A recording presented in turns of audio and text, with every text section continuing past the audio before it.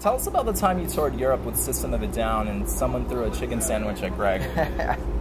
Yeah, that was an interesting tour because it was System of a Down was like the biggest band in the world at that time. Their single, the Toxicity thing, was out, and they were all over the radio, and so we were playing like these giant venues with them, like 12,000 people or something like that. And at the time, our catalog was not very diverse, and mostly we were playing Calculating Infinity stuff. Yeah, people were not very receptive. And at one show, someone threw a whole chicken sandwich at Greg, and he just happened to I think he was just singing, and his hand was there, and it landed in his hand, and it was he was just so stoked, he just stopped singing and ate the entire sound. But that was a good day, actually. Most of the times it was just booze and things like that. And at the Italy show, you guys played to 10,000 people and only sold a few T-shirts. Yeah, I think we literally would sell 2 T-shirts for every 10,000 people that were there or something. Wow. Let's talk a little bit about the early days of Ben Weinman. Tell us about the band Legend, not to be confused with the Rise Records band Legend. That's how I know. Legend? Where'd you hear about that? Through the grapevine. Yeah. Legend. Well, it was kind of I guess my first band. We were pretty much playing. I think we played a Queensrÿche cover, a Skid Row song. Yeah, it was kind of it was cool. It was a friend of mine and myself, and we kind of hooked up with 2 older guys. So we felt yeah, this is real, and this is gonna be awesome. And then they ended up dumping us for some other older guys, so our careers were crushed pretty quick. But at least you got to headline St. Virgil's. We did. We headlined St. Virgil's. How do you know? What was that show like? Where did you read that? I just did an interview recently or something. Oh, I thought everybody knew that. How the hell did you know that? Yeah, I headlined St. Virgil's blocking. It was amazing. Yeah. No, it was the first time I got to play in front of people and stuff like that. It was definitely, important because it made me realize what I wanted to do in my life, so even though it was many incarnations of bands after that led to Dillinger. I know you got your first guitar for your bar mitzvah. I did. Did you ever think you'd be auditioning for 9 Inch Nails? No, I didn't. Tell us a little bit about that experience, the 9 Inch Nails audition. I know you knew Atticus Ross. Yeah, that was we were friendly with Atticus Ross. I had actually hooked Atticus up with Greg when he was doing that at Project Era, and I said, you should, our new singer Greg would be really perfect for this. So, and we had been friendly for a few years, and he, I think, suggested that I try out. At the time, I was heavily involved with Dillinger. We were pretty busy, but obviously it was an amazing opportunity. And 9 Inch Nails is one of my favorite bands of all time, so it was just really cool to see kind of an operation of that size and how it worked. And they flew you out. You had to learn 9 songs in 9 hours, right? Yeah, it was basically 9 songs in about 9 hours, yeah. So what happens when Trent Reznor comes in? It was amazing because, it was different because, I'm used to functioning in a band, a band environment, not kind of a main guy who's hiring a group and stuff like that. So it was interesting to see everyone kind of treat him as a boss and things like that. But he's no joke, man. He doesn't mess around. He wants what he wants, and he knows what he wants, and he's uncompromising. And I actually learned a lot from that experience. Was he cold? He was a little cold, but I understand it. I got to know him a little bit later, and he was a really sweet guy, actually. So that even made it more. I even appreciated the demeanor even more because I saw that was he was so professional that he wouldn't even allow any kind of personality to come through because he wanted to make it very clear that this is business. Well, he and Atticus Ross actually came to see Dillinger play. Yeah. A year later. Yeah, definitely. Did he have a bodyguard with him? Yeah, dude, he had a bodyguard. Huge black guy. It was rad though because we were playing a pretty punk club in Canada.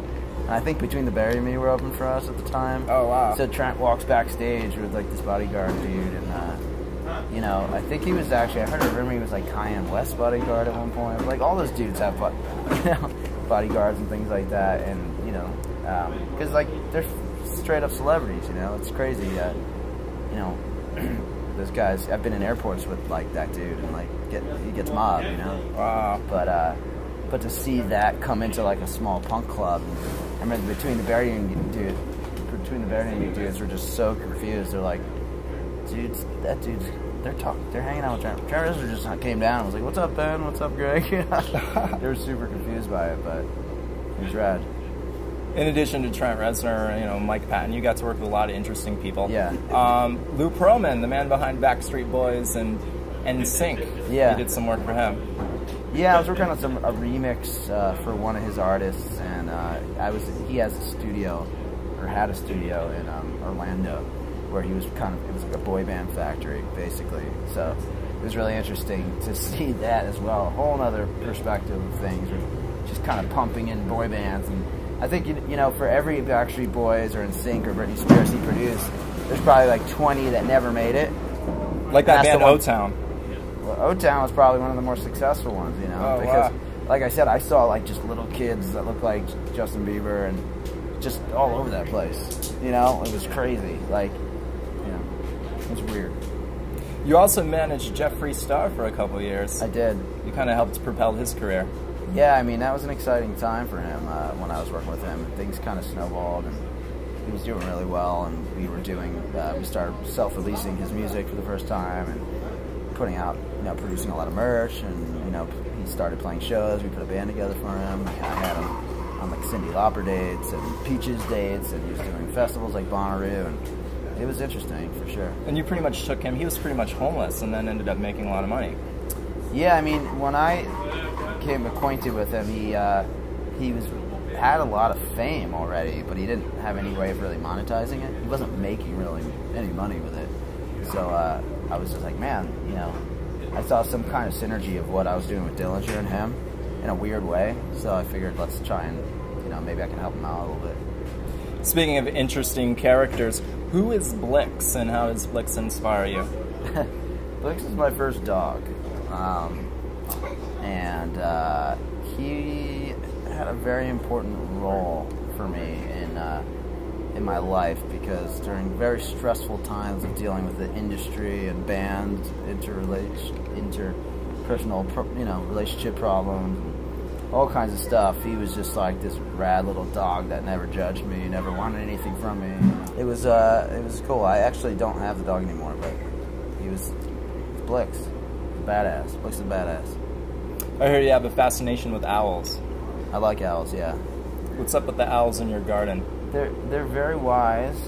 They're very sneaky, and they're beautiful. You know, they're amazing. I think owls are like an example of art in nature. You know, they're just amazing. This is a little off topic, but is it true that a fan once drank a bottle of spit for a vinyl record? Oh man, we used to tase fans for t-shirts to give them if they want a t-shirt. We've seen a lot in our day. I think pretty much, we always say, you know, we hear about these books like the Motley Crue book, and I think they're making a movie of it. So what, man? We have stories that would make that look like shit. I mean, I just don't think, like, you know, you hear about these bands and they're like, oh, we got drunk and then we did drugs and then we fucked some whore and then we... So what? So what? We get it. Well, those stories, I guess, don't compare to the story where you guys are warming up at a festival and two hippies started having sex on stage. Yeah, we've seen people have had sex on stage. I've seen people throw up on a guitar tech's face and then piss on his face. I've seen on a church doorstep. I mean, we've seen a lot of interesting things in our day.